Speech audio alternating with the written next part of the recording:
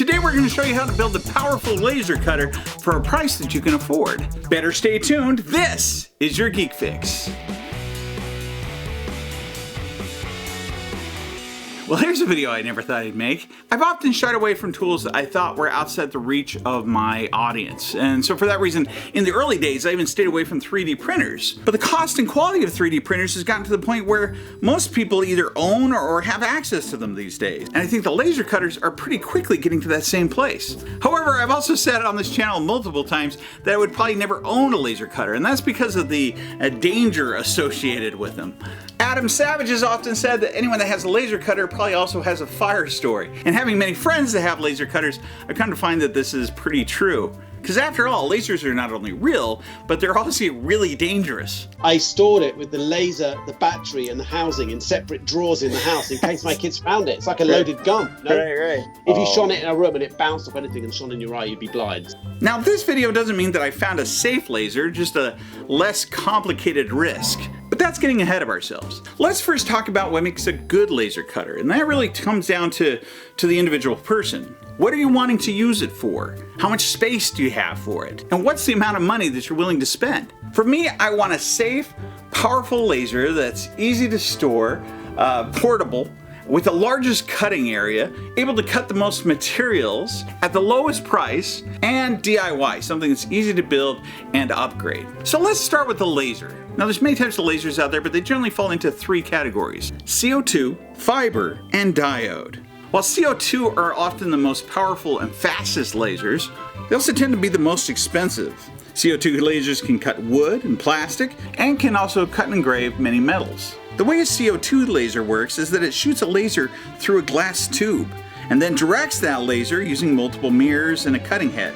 So the box serves more of a purpose than just containment. It's how the laser is produced and controlled. But avoiding a fire and getting a good cut requires not only air assistance, but a water source or a chiller for cooling, as well as an evacuation method for getting rid of the smoke.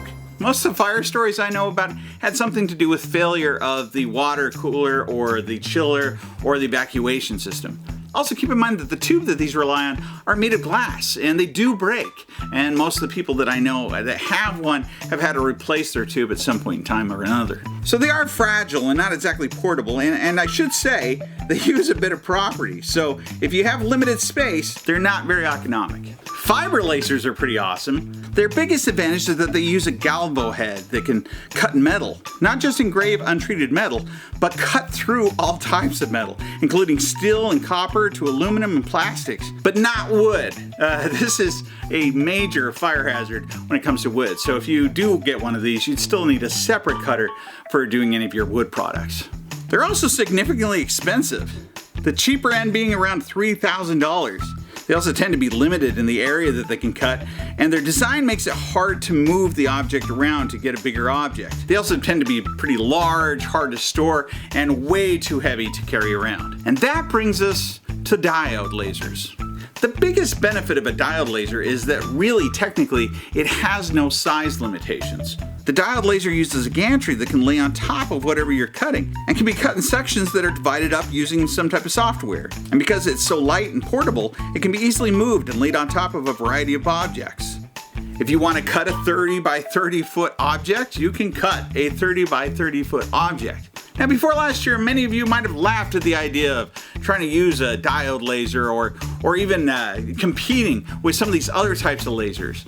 They were expensive for not being very fast or powerful, and they just couldn't compete with those other lasers. However, competition and growth of the diode community is changing that really, really fast. For example, xTool has been developing and releasing lasers that have been more powerful and less expensive. In fact, they've been leading the industry with the most powerful diode lasers, which they continually have been releasing over this past year. And in turn, their competition's been releasing equally powerful lasers at the same cost. And this is important because it influences the overall market.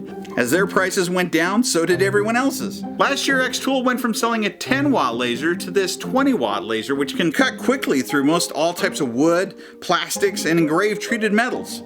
Still not powerful enough? Well, now they've released their 40-watt laser. And as each laser is released, the previous lasers dropped really significantly in price.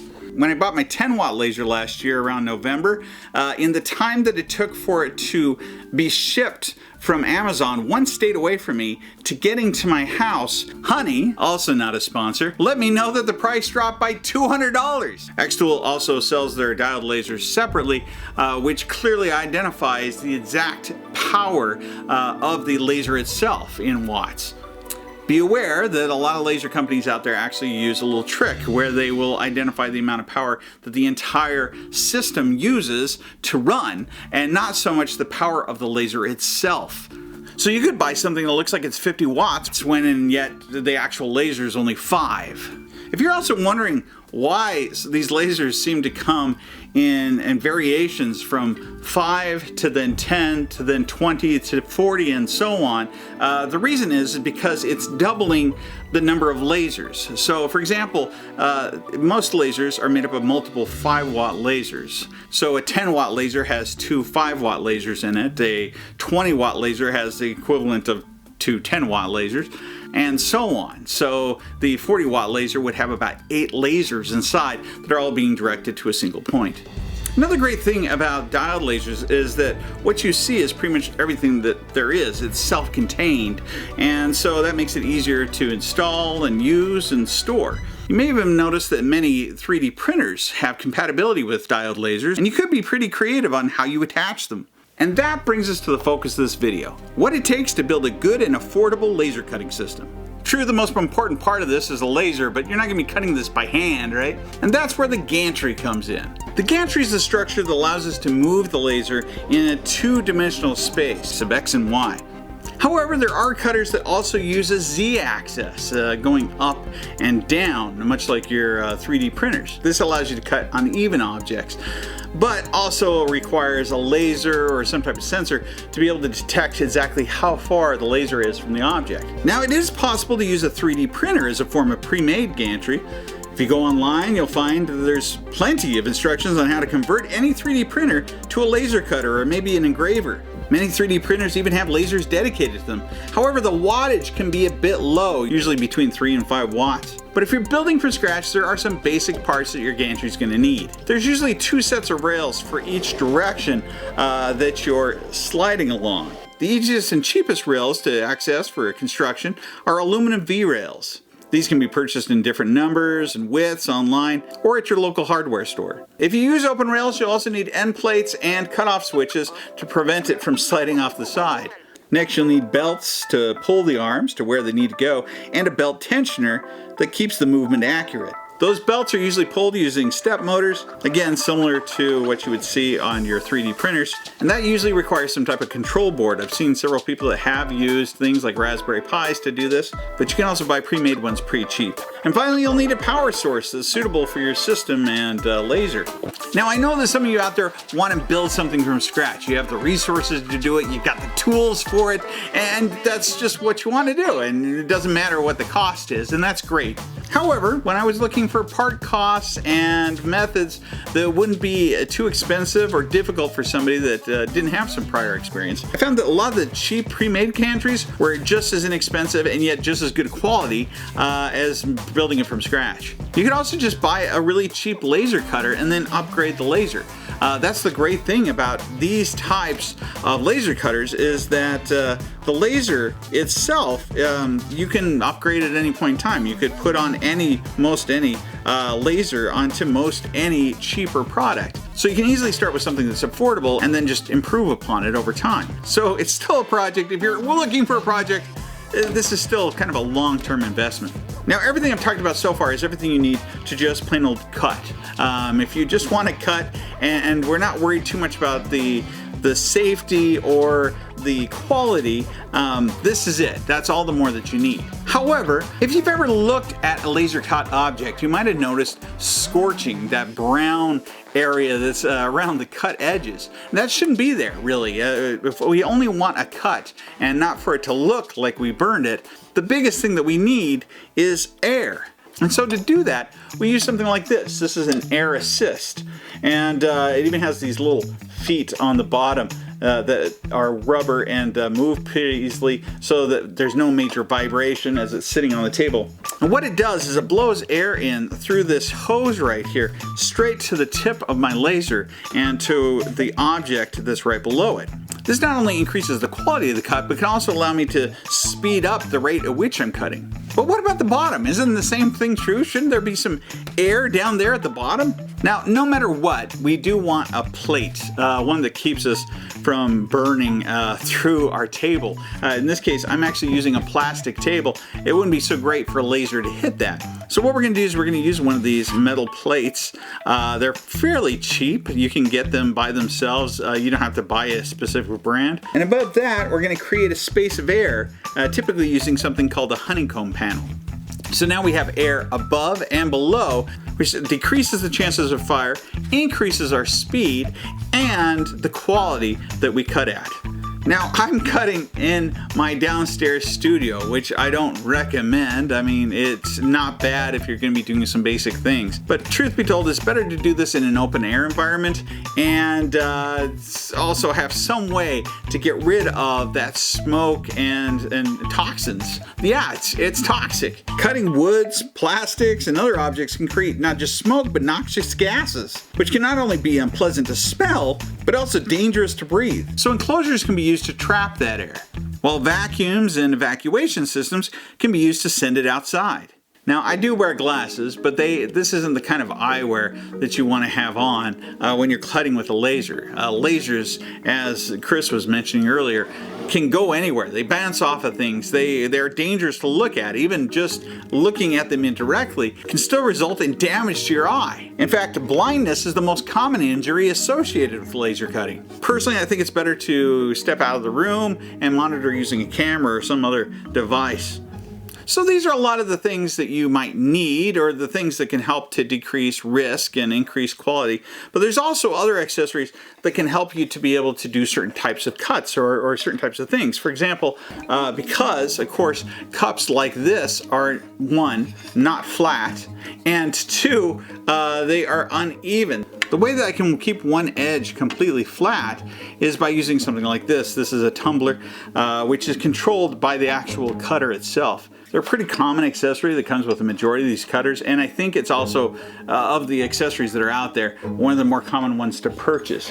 So now we've got everything we need. We're ready to make a cut, but at the same time, how are we going to turn my design that I've made into something that can actually instruct it to know what to cut versus just to burn or etch? There's plenty of software out there. If you've purchased a laser cutter, most likely they have some kind of proprietary software that comes with it. These programs not only can tell what the design looks like, but how deep to cut each of the different areas. Now, most laser cutters come with some type of proprietary software that works with their device. However, there's also a lot of free and commercial software out there that works really well. Some of the more popular software, like DraftSight, TurboCAD, and Lightburn, use feedback from the communities to improve the quality and efficiency of their cuts. So for that reason, they tend to be more preferred. So I already mentioned, in the end, I ended out not building from scratch. And part of that goes back to the very beginning. Truth be told, like I said, I had no intention of ever having a laser cutter. But when I saw this particular laser, the one that's by xTool, I knew that I wanted at least that laser module. I liked the fact that it was self-contained, and reading the specs and things, I could see that there was less of a chance of it having some of the problems that I was worried about before. I did actually reach out to them. I said, hey, you know, we make these videos and things. If you wanted to help us out, I'd be happy to try out the device. And they gave me an offer, and I went onto their site to purchase it for a really good price that they were offering it for. And yet, I found out that on Amazon, they had it even cheaper. And that's actually the same company on Amazon. It's still xTool's store. And as I mentioned earlier, in the time after I purchased it to the time that I first received my first 10-watt laser, I saw that the price had been reduced by $200. And I called up Amazon as it was still on its way to me, actually, and I said, hey, you know, I noticed that this is dropped by $200. Is there any chance that I can get some of my money back? And they said no. you'd have to send it back to us, then repurchase it, and that's the best that you can do. And so that's what I had to do. I did that to get it even cheaper. And before Christmas, the 20-watt laser was on sale, and I decided, you know what, I'm gonna go ahead and upgrade it right now. I purchased the 20-watt laser, was feeling pretty good about it, only to find out that the 40-watt laser was now on its way. And as I mentioned, that drops the value of that 20-watt laser that I purchased. And personally, what I believe is if you're willing to wait, by this summer, by the end of this summer, the other lasers are going to drop significantly in price, and that 40-watt laser will drop in price. And I believe by the end of the year, it would not surprise me if we had an even more powerful laser coming out by the end of the year, around Christmas time. So if you can wait for even the most expensive laser right now, I think that by next year, those lasers will be about $500–600. But if you're like me, you make the impulse buy and just resell it later on. So from the time of getting it out of the box and assembling it, it didn't take very long. I did find, however, that 2 sets of hands was pretty necessary. There was a lot of points in time where I needed to be holding 2 things together while also screwing something together at the same time. So if you have the opportunity, be sure and use a buddy. It was really within about that first hour that we not only had it put together, but we were also running test cuts with it. They give you samples like a dog tag and this metal business card to try it out. And they came out great using just the 10-watt laser. And I found that the 20-watt upgrade laser was also pretty easy to install. There is about a 10% size difference between the 2 lasers, but it's not much. And that brings us to a couple more important products. Now, if you're using treated metals, chances are you're going to be able to burn things just fine, but it won't be as crisp or as dark as if you use something like this. What this is black metal laser spray. And what you do is you just spray that metal first with this, give it a good coat, and then burn it, and then clean it off. And it'll make those lines perfectly dark and crisp. Similarly, diode lasers do not cut glass very well. If you're looking to etch glass, you're going to need to first spray it with something like this. This is cold galvanizing compound, which you can get at any hardware store. Just spray it on the outside first, and then after you're done cutting, you just wipe this stuff right off, and it looks awesome. In fact, I think I might have overdone it because it actually went really deep. I did this at 100%. I think if I did it again, I'd probably do it at about 75% because it went so deep that I feel like in some areas, if this had been a normal glass, it would have broken it or cut right through. But still, it really cut the glass, like literally turned it into powder. So all we need now is a project. This last year, I interviewed Chuck Costas from Propstore, and he told me that his favorite comic was The Punisher, and I found this great plate with the signatures of the artist, and I wanted to cut it out on the steel plate and frame it in here. So I imported my image into my cutting program. I'm just gonna go ahead and use the proprietary software that it came with. At that point, we were ready to start, and all it takes is a press of the button.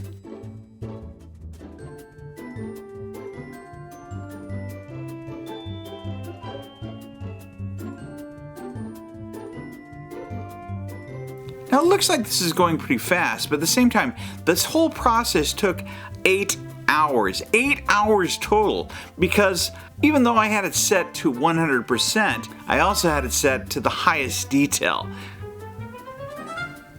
But it came out really nice looking.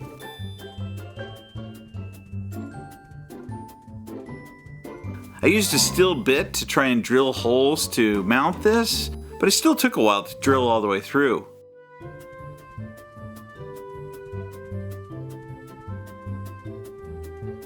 I used posts and spacers, and then I attached them to the frame. I also cut this plate for the back. And in the end, outside of the fact that it weighs 10 pounds, it looks pretty great. I'm really happy with it. Oh, and I also made this really cool one-piece box and telescope. So what do you think? Are you gonna build your own from scratch? Or are you gonna buy something and upgrade it? Or just buy something pre-made? Or are you gonna wait and see what comes onto the market in these coming months and get the best still possible? Either way, let me know.